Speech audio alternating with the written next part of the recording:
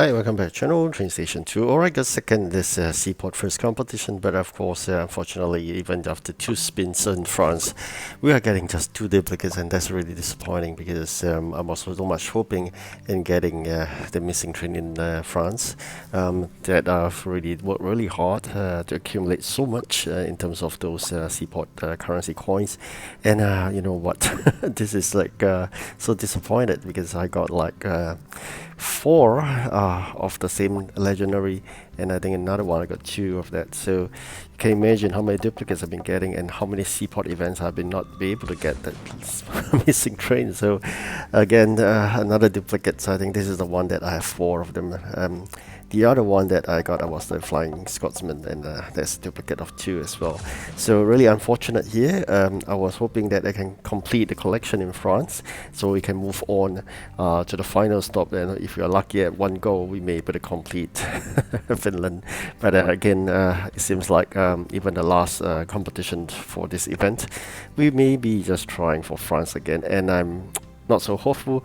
Probably have one chance, and probably we're just getting duplicates. Hopefully not, because I'm really hoping to clear that because it takes me almost a year or so in order to complete one Seaport event, and you know, Seaport event only comes once a year or sometimes twice, and then you don't get that again, and that's the only chance, and you gotta wait another year before you can complete the whole collection again. So it's just part and parcel of a hobby. If this is known, I mean, really well spent in terms of the coins. Yeah, you spend it all on the coin packs. I think this is much better. Easily, I think, a couple of hundreds of thousands into coins. But you know what? I'm really wanting to keep the collection full, complete, right? So if you have not watched my previous video, generally the trains we have missing in France, region 4, Finland, or previously I think known as Russia, region 6, and then I think the current region, which is in Japan. There will be the 3 regions out of the whole set of regions, 10 of them in total. I only have 3 that's incomplete. So this is a part and parcel of playing Train Station for easily, I think, about 3 years or so. So generally, it is how tough it is. So imagine you're in a region right now. Do not rush unless you're fully completed all the train collection. Otherwise, if you rush and you miss on getting all the trains that you love, they'll be quite difficult to get it back. And if you stay on to your current region and you're trying to get the missing trains, it's just about 100 keys per chance, and this is once a year. Seaport event is very different. All right, so in terms of playing Seaport event, I mean, if you believe in Seaport event rather than you discard it because you're so frustrated with it, then probably you should know how to go about playing Seaport event. So Seaport event, generally there are 2 parts to it. There is an factory, so you must fulfill the contracts first. So do not send out any dispatches to do the deliveries. Always fulfill all the contracts before you send out your dispatches. So that is the key to winning. And of course, once you have done that, when you have no more contracts to fulfill, or if even you have a contract that's coming back in 10 minutes time, you should hold back to your dispatches and wait for that 10 minutes later, and then do up the contracts, because getting the contracts for the event items is the toughest part of the whole competition, of the whole event. Delivering them to the greedy captain is not that tough after all, because once you have you realize that after you're playing this one competition, you realize you have lots of time with a lot of dispatches idling, because generally there are easily enough of those event items, because the rate of exchange is very proportionate, because the difficulty level in that context, because you need maybe easily 400-500 of those non-event items for just a very small amount or quantity of the event materials. So you just imagine this, you've been doing this just like how you've been playing your Union winter season. It's the same. That's why it's so frustrating. Winter season, I'm not really playing into it, because the quantity that's being exchanged for is so unfair.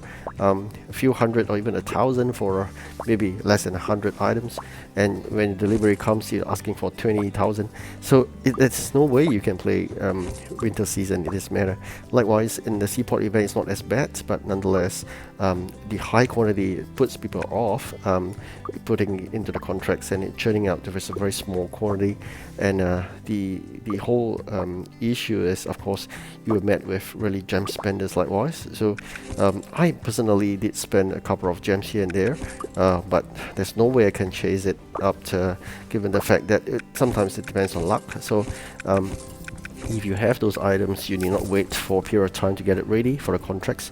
But again, if you do not, you have to basically first spend a couple of hours trying to figure out those items, get the contracts out, although they have a 3 or 4 hours gap for you to fulfill, or actually 3 hours plus. But then after that, the delivery into the captains does not have a time limit or context on that.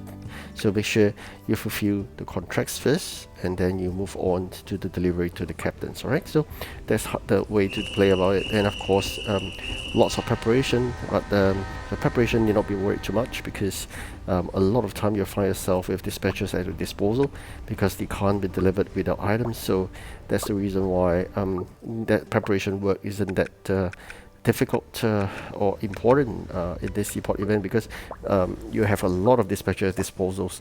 Rather, it's warehouse spacing is a concern.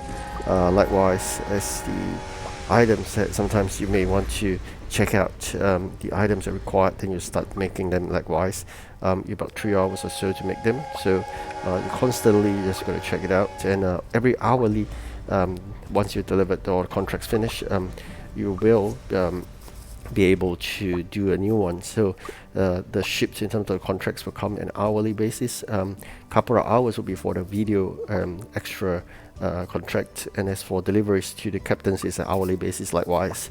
So make sure you just do the more important stuff, which is get those event items in. Alright, so meanwhile, if you want during the break day, i.e. after this competition to the start of the next, what you could do is to fill your factories to the brim, yes, but again, that jeopardizes in terms of the warehouse spacing. So make sure you have a bit of gap to maneuver, otherwise you'll be basically dumping a lot of items away. But the other thing you could do, because you're moving towards this second competition, would be to store up the event items, although it's quite painful. But the break day is not easy. You just got to work hard, get the event items out by doing the contracts, and then you store it up. Likewise, finish 3 of those deliveries and do not collect until the start of the second competition, i.e. the last as well. So that will give you the EP head start just like any other event that you play. And on top of that, you have inventory, or so-called warehouse, full of those event items ready to be delivered when the start of the second competition. So that's generally how you play the second competition, the Seaport event. Alright, so let's quickly check out the ranking chart. You can see here very tough competitors I have. Fortunately, I think one of them dropped out, probably not able to fulfill certain contracts, and I'm left with the very tough one, which I believe is a gem spender, but that's besides the point. He is, I think, 800 over levels, almost near to the maximum of the levels, so probably accumulated a lot of gems, or probably could be pay to win. So I'm not too sure on that, but nonetheless, I mean, this difference is about 100 of those currency coins in this Seaport event, and that doesn't really matter after all. I mean, if you've seen the final results, you're throwing about 1,000 over coins, but you're getting 2 duplicates. So sometimes is it really worth it? Sometimes I ask myself, I'm not too sure either. But you know, it's an event that is once a year, or maximum twice a year. So just give it a shot, and if not, we're just gonna do it next year. So that's how it works out for Seaport event. Of course, the next big event that's coming, I think, is the Safety Earth. Safety Earth is some kind of a recycle kind of theme that happens every year, because it fits in the theme, it's Safety Earth, recycle. So the same thing will happen, and there's a bit of maybe some interface changes or some designs of trains changes, but the overall concept will be the same. So when that arises, or when there's a sufficient information I can share, I will let you know. I do maybe a walkthrough of that introduction to the new long event, and then let's see how that works out. And of course, more importantly, I'll also be sharing the video when possible in terms of the intro video by Pixar. Right, for now, that's it for this competition.